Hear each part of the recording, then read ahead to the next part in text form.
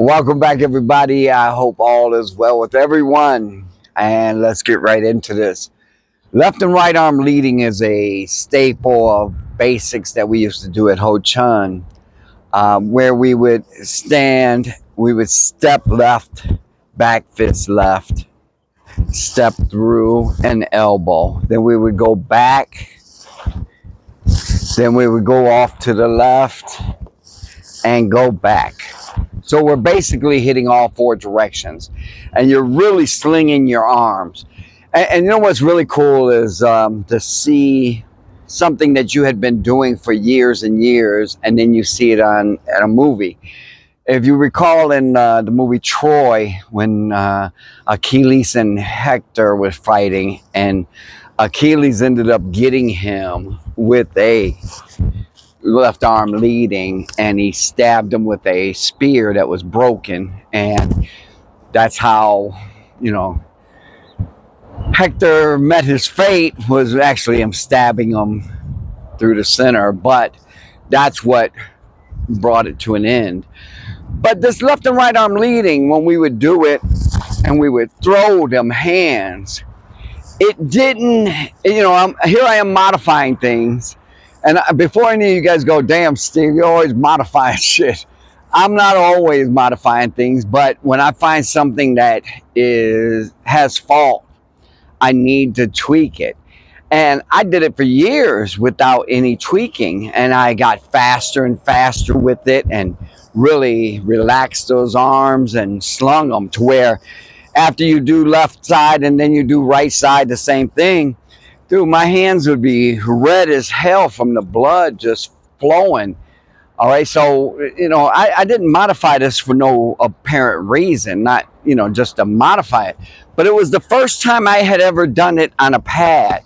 And when I caught the pad, I felt like I caught it here. And I'm thinking, man, if that would have been somebody's bony face or even their head, how I would have broke my hand, doing this. So it really was an eye-opener for me when I was doing it. So at that point, I started trying to tweak it more to where I would come across heavier, and get those knuckles down. But then I was like, okay, it works sometimes, but then other times I catch with the paw of my hand instead of the knuckles. So then I started tweaking it to where I would open palm it.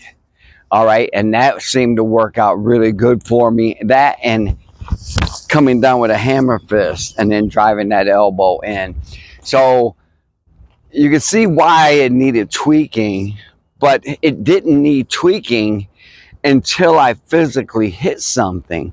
And luckily it was a pad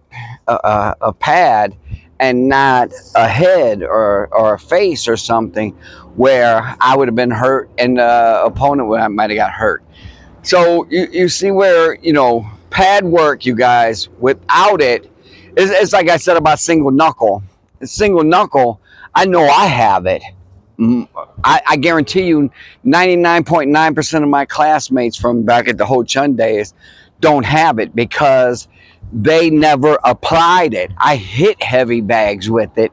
Like I told you guys a million times, I've almost broke my wrist. And man, that's when I wrapped my wrist real well, and did the single punch to where it couldn't fold.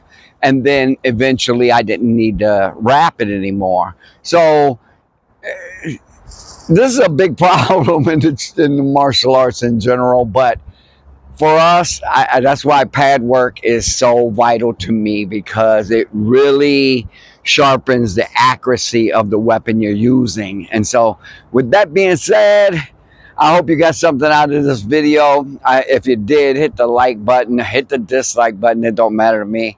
But if you're new here, you haven't subscribed, go ahead and hit that subscribe button, and I will see you guys next week. Peace.